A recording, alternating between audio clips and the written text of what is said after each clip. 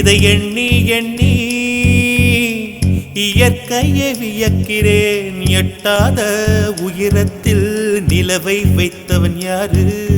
பெண்ணே பெண்ணே பூங்காற்று அறியாமல் பூவை திறக்க வேண்டும். பூ கூட அறியாமல் தீமை ருசிக்க வேண்டும்.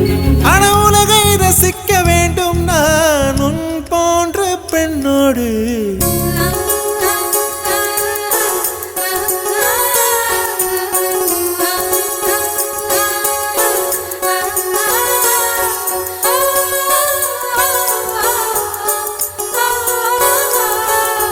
வெண்ணிலவே வெண்ணிலவே விண்ணை தாண்டி வருவாய்.